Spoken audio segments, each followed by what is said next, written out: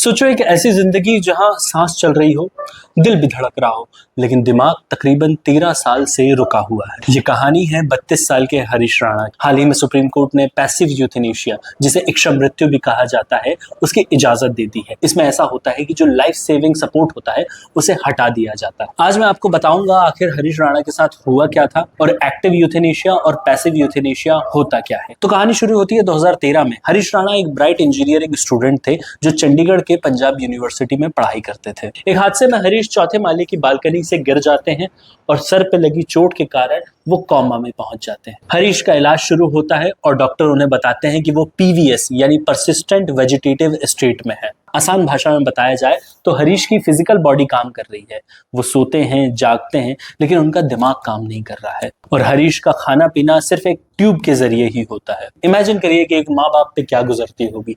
एक जवान बेटा जिसकी उम्र थी अपने माँ बाप को संभालने की, अब उसके माँ बाप अपने बच्चे को संभाल रहे हैं। हरीश 13 साल से बिस्तर पे पड़े हुए हैं। बस एक चमत्कार के इंतजार में हरीश के पिता अशोक राणा ने अपनी जिंदगी की सारी जमा पूंजी हरीश के इलाज में लगा दी और डॉक्टर ने भी अपने हाथ खड़े कर दिए कि हरीश को कोमा से बाहर निकालने की कोई उम्मीद नहीं थी। उम्र बढ़ रही थी, पेरेंट्स बूढ़े हो रहे थे। पेरेंट्स की चिंता थी कि हम चले जाएंगे तब हरीश का क्या होगा, हरीश का ख्याल कौन रखेगा। और इसी डर की वजह से हरीश की फैमिली ने कानून का दरवाजा खटखटाया। हाईकोर्ट इस अपील को रिजेक्ट कर देती है। हाईकोर्ट का कहना था कि हरीश वेंटिलेटर पे नहीं और बिना ऑक्सीजन के एक फीडिंग ट्यूब पर भी जिंदा रह सकते हैं। और इस रिजेक्शन के बाद माँ बाप की उम्मीद टूट जाती है और फिर वो सुप्रीम कोर्ट का दरवाजा खटखटाते हैं। सुप्रीम कोर्ट इस केस को सीरियस लेता है और तुरंत ही 2 मेडिकल बोर्ड बिठा देता है हरीश की सिचुएशन को एग्जामिन करने के लिए। दोनों बोर्ड ने सुप्रीम कोर्ट में अपनी फाइंडिंग सबमिट करी और उसमें लिखा था कि हरीश के बचने के चांसेस लगभग 0 है। और इसके बाद सुप्रीम कोर्ट ने एक ऐतिहासिक फैसला सुनाया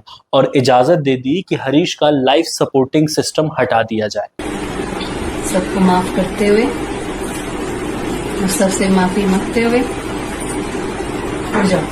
लेकिन इसके बाद लोगों के मन में एक बड़ा सवाल खड़ा हो गया कि आखिर ये यूथेनेशिया होता क्या है। चलिए मैं आपको थोड़ा आसान भाषा में यूथेनेशिया समझाता हूँ। यूथेनेशिया 2 टाइप के होते हैं, एक्टिव यूथेनेशिया और passive euthanasia. Active euthanasia patient को जानबूझकर एक लीथल इंजेक्शन दिया जाता है या फिर कोई ड्रग दी जाती है जिससे उसके इंस्टेंटली जान चली जाती है। एक्टिव यूथेनेशिया के प्रोसेस इंडिया में पूरी तरीके से इलीगल है, इसे मर्डर की संज्ञा दी जाती है। और दूसरा होता है पैसिव यूथेनेशिया।